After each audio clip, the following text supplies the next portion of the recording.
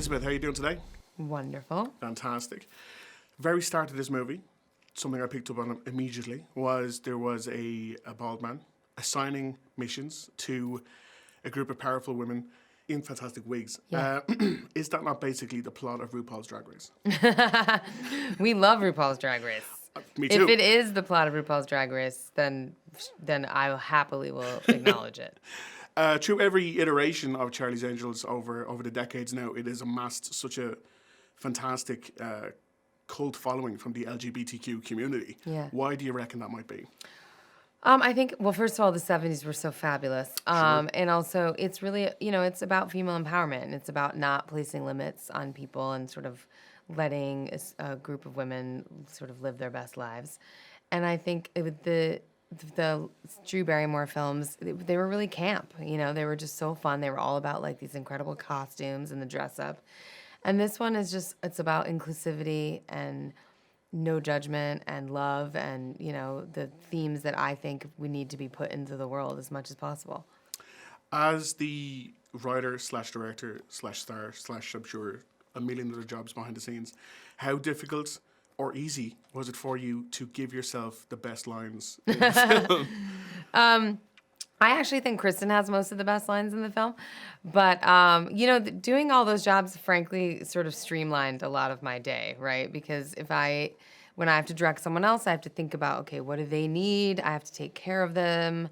I'm trying to get a performance out of someone or, like, understand what their mark is. I've had to decide what their costume is, et cetera, et cetera. And if it's me, it's like that's already taken care of in my mind. So it's one less thing I have to do on a day. Because there's a fantastic scene that you have, I think, with all three of them, where you're arguing over the Birdman of Alcatraz. Yeah. And I've had not that exact argument, but pretty much that exact argument where it's like, no, not that Batman, not that Spider-Man. Do you was that a real kind of conversation you find yourself having where you're like, that's not the reference I'm making? Yeah, of course, absolutely. But I think we also all, I wanted to acknowledge the fact that they make those movies over and over and over again. And I feel like we've gotten a lot of grief for making a reboot of Charlie's Angels, and it's been like 20 years. And I felt like it's okay to have a Charlie's Angels movie once every 20 years. Absolutely. You have like 17 Batmans and 27 Spider-Mans. And they don't have as many great wigs. They don't get to, they're not, and RuPaul is not inspiring them. He's not, or she's not, on the day.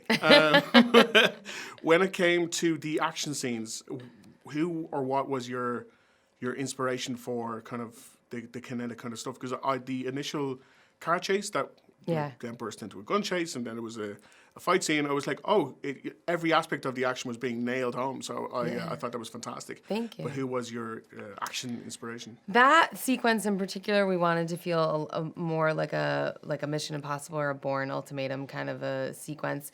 It's the most grounded sequence in the series, and it's in the beginning of the film, partially because I wanted to establish the really real stakes for the movie.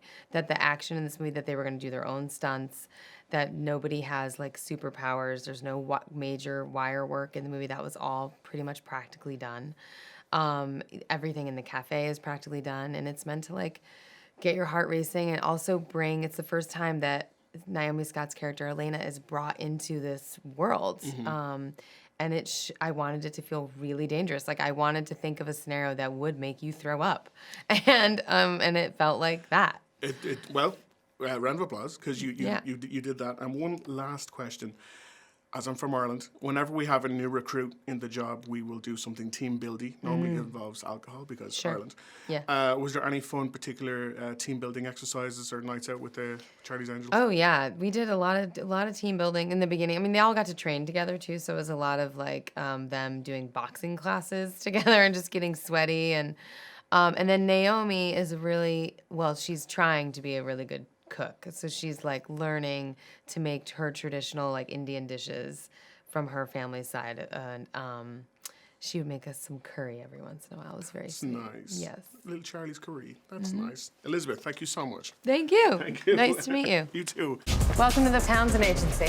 We exist because traditional law enforcement can't keep up. I don't like that, boy. You guys are like lady spies. Jane's former MI6. Oh God. What did you do to Sven? I compressed his carotid and deoxygenated his brainstem. Well, that sounds painful. Don't worry, he's gonna wake up. Unless he doesn't. Sabina runs the ground game. See, I know stuff. Let's get the weapon before it becomes every bad guy's favorite new toy. Take her to the closet, gear her up. We're gonna need some wigs, toys, Feisty. clothes. Ah, we're still in the first closet. There's another closet. Oh, Vince. Let's just stop the touching. Some of these blows up.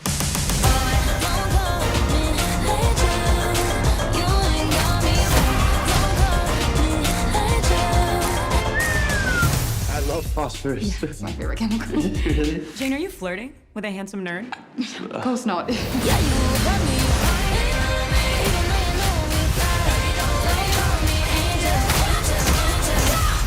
How'd that feel? Because it looked like it felt really good. That felt nice. Here we go!